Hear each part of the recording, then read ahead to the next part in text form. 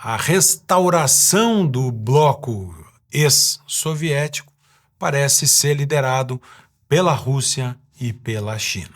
Rússia e China, com uma aliança importante entre si, intercambiam entre eles, mas dominam um bloco político que hoje conta com o apoio dos países árabes e, lamentavelmente, também do Brasil, claro, da Venezuela.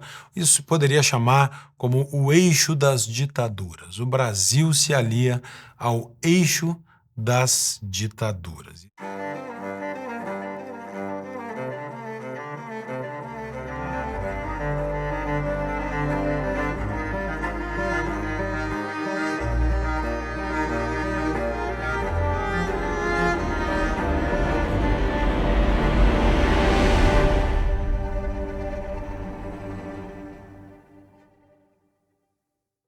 O mundo vai viver uma nova Guerra Fria?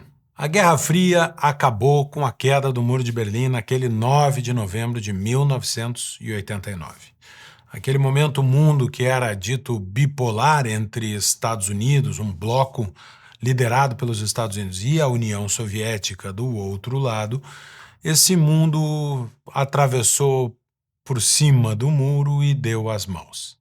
Com o fim da divisão da Alemanha, que vinha desde a Segunda Guerra Mundial, parecia que o mundo caminharia para uma concórdia, a tal ponto que Francis Fukuyama escreve sobre o fim da história. A partir de agora, não há grandes novidades, o mundo vai ser isso aí mesmo. Terminaram as guerras, acabarão os conflitos, é claro que num exagero para dizer que a solução do pós-Guerra Fria era uma solução daquilo que Eduardo Viola chamou da hegemonia das democracias de mercado. Que o mundo inteiro seria composto gradualmente, cada vez mais, por países que eram democracias na sua organização política e economias de mercado na sua organização econômica. E a tese é que mesmo a China, que mantinha um aparato comunista de poder, que não tinha uma democracia plena, a China, com o crescimento econômico, formaria uma classe média que exigiria liberdades políticas. Isso é, a liberdade política viria pela liberdade econômica, pelo crescimento econômico. Uma classe média que passa a tomar decisões de consumo passaria a querer tomar também os rumos do país em suas mãos.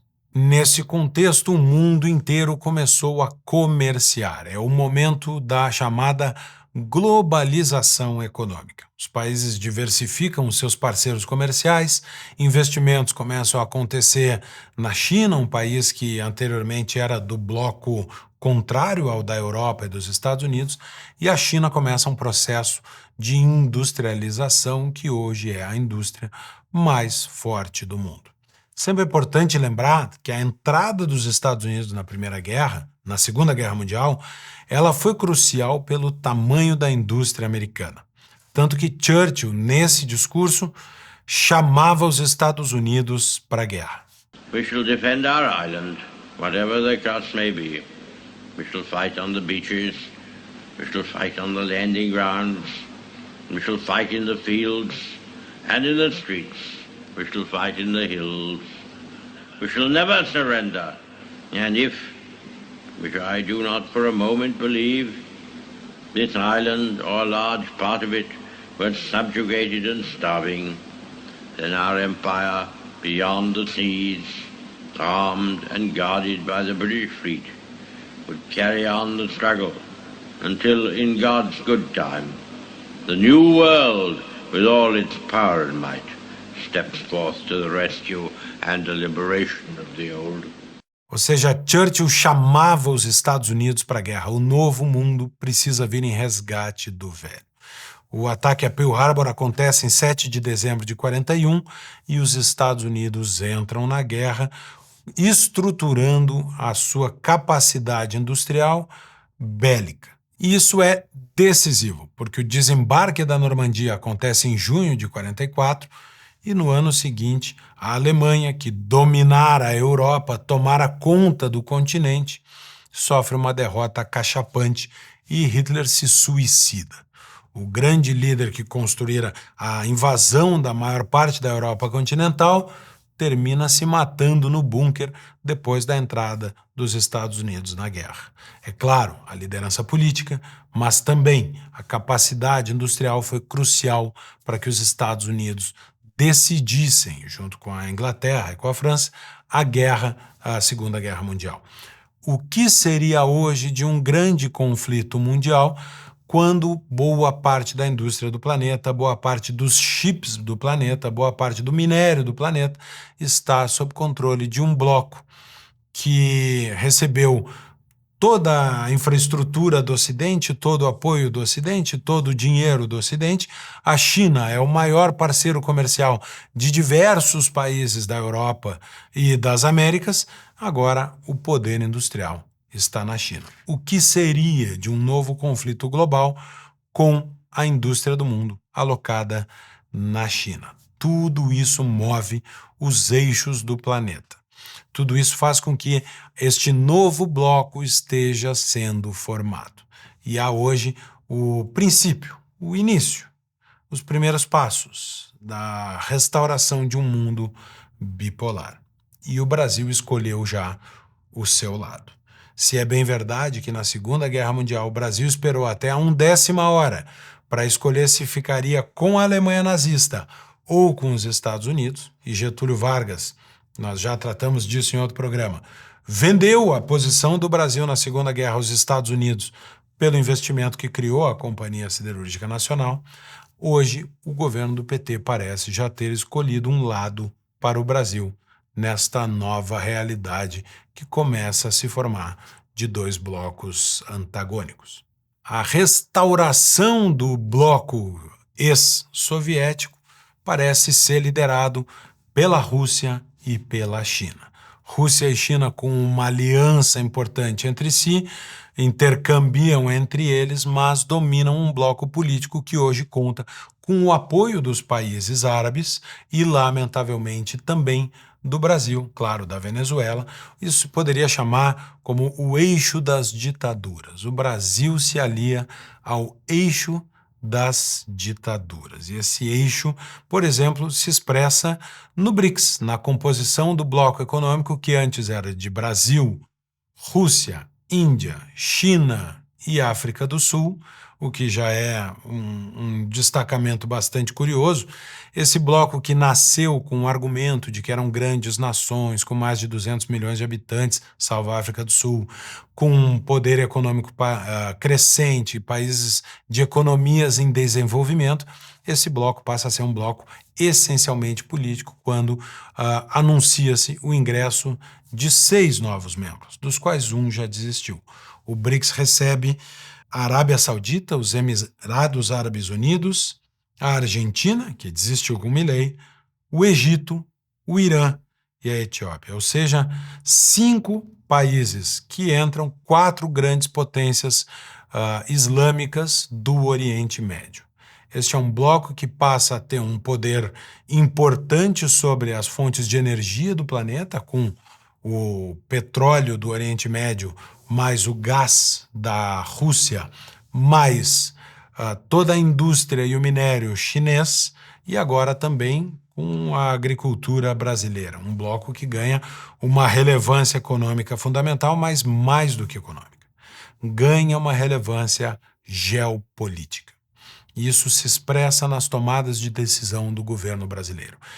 Participar desse bloco é uma decisão que traz consigo obrigações geopolíticas que o Brasil se empenha em responder.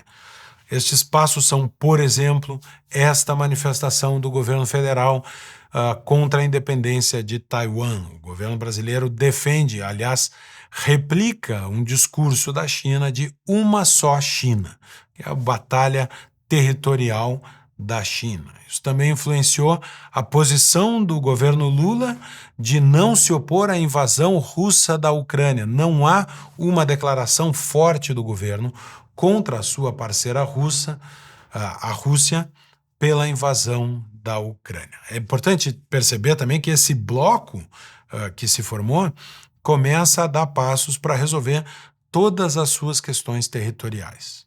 Isso significa que a Rússia invadiu a Ucrânia, a China olha para Taiwan disposta aparentemente a dar os passos finais para acabar com a independência de Taiwan, a Venezuela fez o seu movimento na Guiana, em Essequibo, a próprio Hamas, ou seja, o islamismo avançando sobre Israel. Este bloco está ganhando coragem para agir territorialmente. E o Brasil, fraco na questão da Venezuela, fraco na questão da Ucrânia e no tema do Hamas sobre Israel, assustadoramente, as declarações de Lula da Silva foram essas.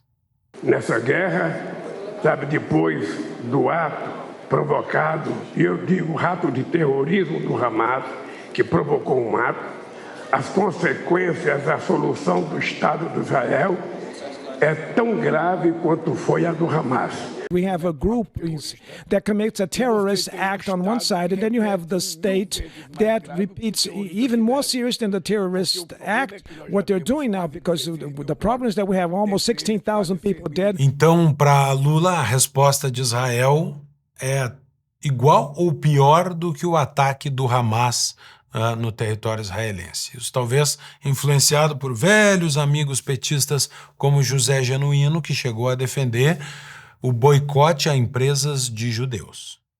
Agora, eu acho que é uma coisa interessante, Fernando e Viário, essa ideia da rejeição, essa ideia do boicote por motivos políticos que ferem interesse econômico é uma forma interessante. Inclusive, tem esse boicote em relação a determinadas empresas de judeus. É verdade que havia no mundo esta tese de que o crescimento econômico chinês produziria liberdade econômica. Mas, como disse Winston Churchill, ainda que a estratégia seja linda, você tem que de vez em quando olhar os resultados. E o resultado é que a China cresce economicamente, engoliu boa parte da indústria do mundo, mas isso não se transformou em liberdades civis e políticas para a população chinesa. Trabalhe, ganhe o seu dinheiro, mas não pense em acessar o Google. Esse bloco liderado por este tipo de ditaduras, Putin não abandona o poder na Rússia, a China continua controlada pelo Partido Comunista e os países árabes são verdadeiros senhores feudais no meio do deserto. Países sem nenhuma liberdade civil, sem nenhuma democracia, este bloco se contrapõe ao governo dos Estados Unidos. E é um governo enfraquecido pelos conflitos internos dos Estados Unidos e pela própria figura débil de sua liderança, Joe Biden. Lula parece embarcar nessa onda e também botar as manguinhas de fora para atacar os Estados Unidos da América, primeiro com gestos pequenos e simbólicos, como a exigência de visto para americanos entrarem no Brasil, numa espécie de reciprocidade, como se houvesse americanos dispostos a vir imigrar ilegalmente para trabalhar escondidos no nosso país, ao contrário do que acontece com milhares de brasileiros que deixam o Brasil para trabalhar ilegalmente na Europa e nos Estados Unidos todos os anos. Mas esse parece ser um gesto pequeno. O gesto mais importante é o discurso de Lula acusando, por exemplo, os Estados Unidos pelo escândalo de corrupção na Petrobras. 5 anos depois, começou o processo de denúncia contra a Petrobras. Mas eu vou dizer uma coisa como presidente da República desse país. Tudo o que aconteceu nesse país foi uma mancomunação entre alguns juízes desse país, alguns procuradores desse país, subordinados ao Departamento de Justiça dos Estados Unidos, que queriam e nunca aceitaram o Brasil ter uma empresa como a Petrobras. Eles não queriam que a gente tivesse a Petrobras em 1953. Lula parece não ter respeito nenhum pelos Estados Unidos da América e pelo seu fraco governo. É verdade, Joe Biden é muito fraco. E é verdade que quando nós olhamos para a Guerra Fria tradicional, nós víamos um trio liderando o enfrentamento, liderando este bloco das democracias, o Bloco da Liberdade, no enfrentamento à União Soviética. Esses 3 líderes ficaram famosos no mundo por puxar a resistência ao avanço soviético. Eram Ronald Reagan, nos Estados Unidos, Margaret Thatcher, na Inglaterra, no Reino Unido, e o Papa João Paulo II. Essa era a qualidade da liderança. Uma liderança que era não apenas boa em política doméstica, não apenas entendia o cenário econômico que enfrentava, mas era capaz de defender fundamentalmente os valores que formavam o Ocidente democrático e livre. Era uma batalha de civilizações, de modelos de sociedade, não apenas de blocos econômicos. Thatcher, Reagan e João Paulo II foram a linha de frente do enfrentamento do comunismo. Hoje o mundo, em vez destes 3, o mundo tem Joe Biden, Sunak no Reino Unido e o Papa Francisco, talvez apoiados aí por Macron na França. Em contraposição a essas lideranças ocidentais fracas, o bloco tem Xi Jinping, Putin e estes senhores feudais do deserto, os reis, os sheiks dos países árabes, todos eles muito convictos de defender os valores que os levaram ao poder, de defender o seu modelo de civilização, de defender a força do próprio governo. Esse é o desequilíbrio que nós temos hoje, a ponto de que precisou o novo presidente da Argentina, estreando no cenário mundial, ser o porta-voz dos valores do Ocidente, quando a Europa e os Estados Unidos e a América Latina silenciam sobre a questão valorativa, sobre acreditar na sua própria forma de ver o mundo. Nós temos lideranças fracas de um lado e lideranças fortes no bloco errado. Essa nova falta de liderança, capaz de entender a importância de todo o arcabouço político, jurídico e valorativo que forma uma sociedade livre, parece cada vez mais enfraquecida num conflito que é não declarado, mas que é óbvio que já está acontecendo. Tanto que o Brasil escolheu o seu lado. A nossa geração viu o fim da Guerra Fria. Eu me lembro de, ainda criança, assistir os discursos de Reagan e Thatcher. Eu sempre gostei da dinâmica da política.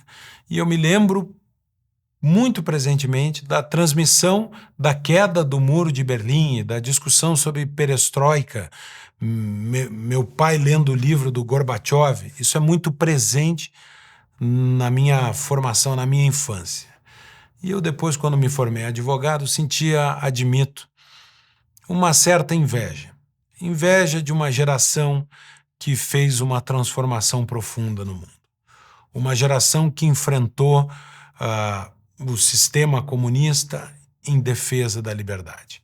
Uma geração que teve a oportunidade de, enxergando a geopolítica do seu momento, enxergando as fraquezas do seu país, das suas comunidades, defender a liberdade.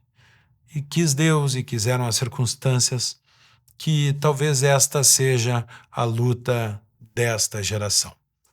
Um conflito, pequenos conflitos locais que mostram, na verdade, a existência de um grande bloco que se forma e que está disposto a tudo para retomar poder sem conceder liberdade.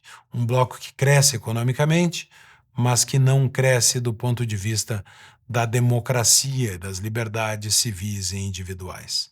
A tudo isso, o convite para o Ocidente, o convite para a nossa geração é que nós olhemos para os nossos próprios países, que nós investiguemos os nossos próprios valores e que nós nos preparemos para defender a liberdade se esta nova Guerra Fria, de fato, se estabelecer.